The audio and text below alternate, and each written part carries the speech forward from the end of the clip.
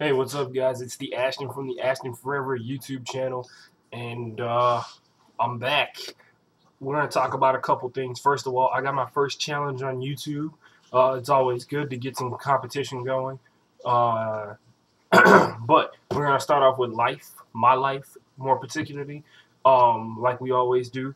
First up and foremost, that I'm starting to realize. Okay, if you don't know, I live in the great state of Texas, the great nation of Texas. And I also live, and I'm also one of the very, very lucky few who gets to live in the great, great city of Houston, Texas. I personally think Houston should be the capital of Texas, but a long time ago that was decided it was going to be Austin. Whatever. I'm not going to argue with it. It's whatever.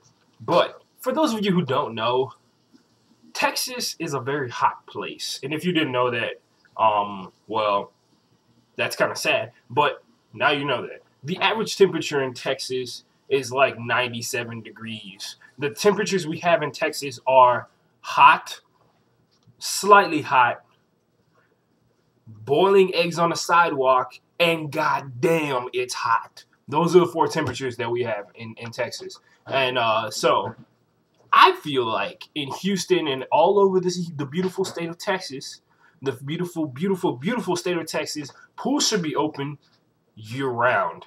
And I almost want to say 24 hours because it's always hot in Texas. Even when the sun goes down, it's hot. It's like 80. It doesn't go from like 92 to like 75 like it does in the Midwest or something. It goes from 97 to like 92.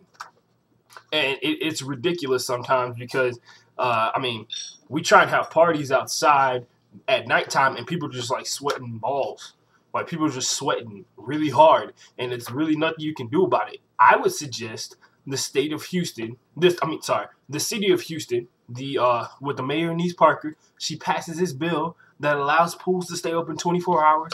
That's a huge job booster because you need lifeguards at all times. You need lifeguards at all times, and I bet you the pool's going to be used. There's no doubt about it. People always want to be in the pool, and I bet you you bring in a lot more people than you think so. Usually kids get in the pool during the daytime. At nighttime is when adults like to do cool stuff, like hang out in the pool, chill out with each other and stuff like that. So I would say that would be awesome. But, just a suggestion. If anybody has any comments on that, tell me about that. Back to school. I start school on Monday. A lot of other people have already started class.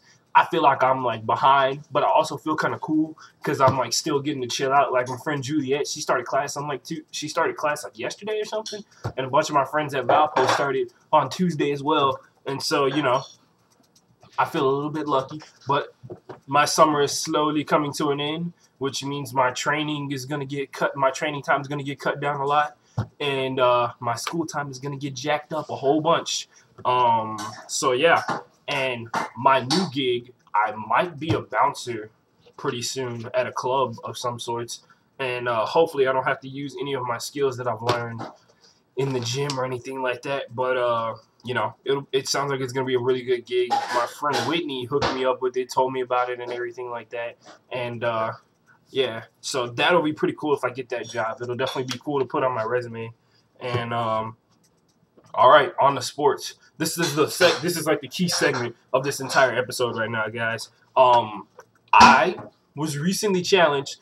A guy watched a video that I thought I deleted. For those of you who watched the Ashton Talks Week 1 video, the first one where I'm wearing the blue shirt is the sound cuts out at like 2 minutes and 10 seconds.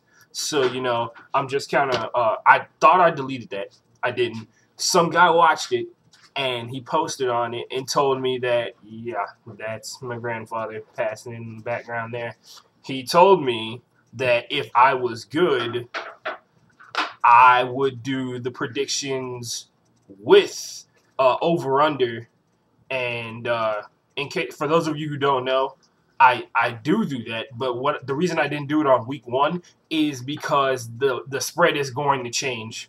Because there's 2 more preseason games and key players have already been injured from certain teams, so their chances of winning are changing dramatically. So I'm going to redo week 1, with the current spread. I'm pretty sure I can find it online somewhere because you know what? I like a challenge. I like to mix it up a whole lot, and that's just kind of I want to take that challenge because I feel like a lot of people are going to talk about it because I'm going to be doing this all week long, and they're going to be. I really feel like he just challenged me just because he wants to spread so he can get a bet some money on the side, make a little change there. If you do, send me like $20, GC. I'm just kidding, dude. Yeah, GC Wrestling, your challenge has been accepted. Congratulations. And I also did a lot of research on Olympians and what they're doing after the games, after the after the Olympics is over. For those of you who don't know, most of them already signed endorsement deals beforehand, before they left. It's like, I forgot. I believe it's Olympic Committee rules. They can't like film or something like that. But the commercial for the Olympian has to be ready so it can be broadcasted during the Olympics. So they have to sign these endorsement deals, get paid money beforehand, and a lot of those guys are just kind of chilling out because Rio, whether you want to believe it or not, is a long ways away, people. It's 2016, and a lot of people like myself are gearing up for that, getting ready for that, trying to get everything together. And, they're just kind of sitting on, for the first time in like 4 years, sitting on their laurels, and they deserve it. Whether they medaled or not, it takes a lot to get to the Olympics for any kind of sport because you have to beat out everybody in your country while trying to, be a normal human being and stuff like that. And so I thought that was really cool. Thought I'd share that with you guys. Movies I've heard about. Robert Downey Jr. apparently got hurt on the set of Iron Man. I haven't read that entire report. That news came out like Monday or something like that. I just haven't reported it. He has been hurt in some way, shape, or form. Probably one of the very many stunts that he has to do inside the suit. Because whether you guys know it or not, those guys are pushing the limits. Because when the Iron Man suit flies, it literally lifts Robert Downey Jr. off the ground, and he flies, and he has to work on that. And so he probably got some kind of injury. He's getting up in age, and crack takes a very harsh toll on your body. The Justice League movie, let's be honest, it's gonna happen pretty soon. It's gonna happen eventually.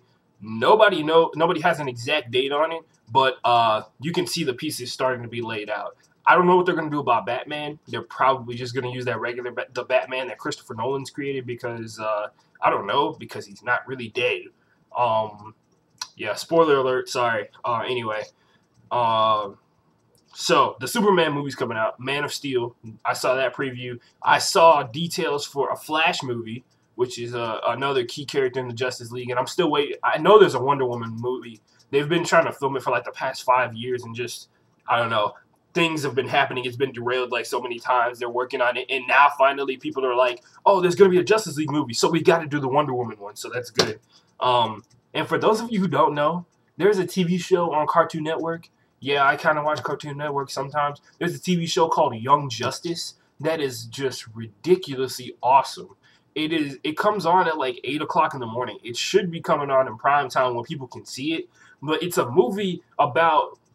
Okay, there was the Teen Titans, which were like the miniature version of everybody, and then there was like the main Justice League and everything like that. And so it's like the Teen Titans on steroids, like Robin, Speedy, who is like Flash, like the miniature version of Flash.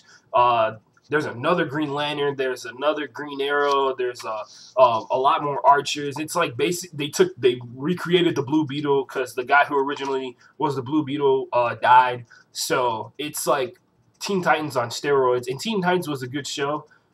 Young Justice is amazing. They have an awesome plot line, an awesome storyline going along with that, and like stuff that you typically think would happen. Like their leader. A lot of people, they had a huge episode about who was going to be the leader of the younger division.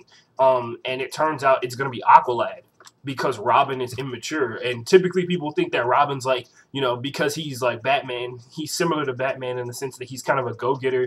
He's very intelligent, very strong, but Aqualad is more level-headed and more skilled, And it's just things like that that kind of make it a cool show and move it along and make it really interesting.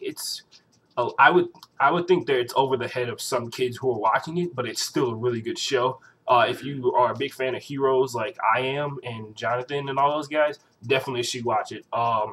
That's all for today, folks. social media information below, comments below. I want to thank GC Wrestling for giving me that challenge. I don't know if he meant it in a positive or negative way, because he said, if you're good, and I was like, whoa, hold up, I know I'm good. So I obviously got to prove this guy wrong. Thanks for that, man. That is all, folks.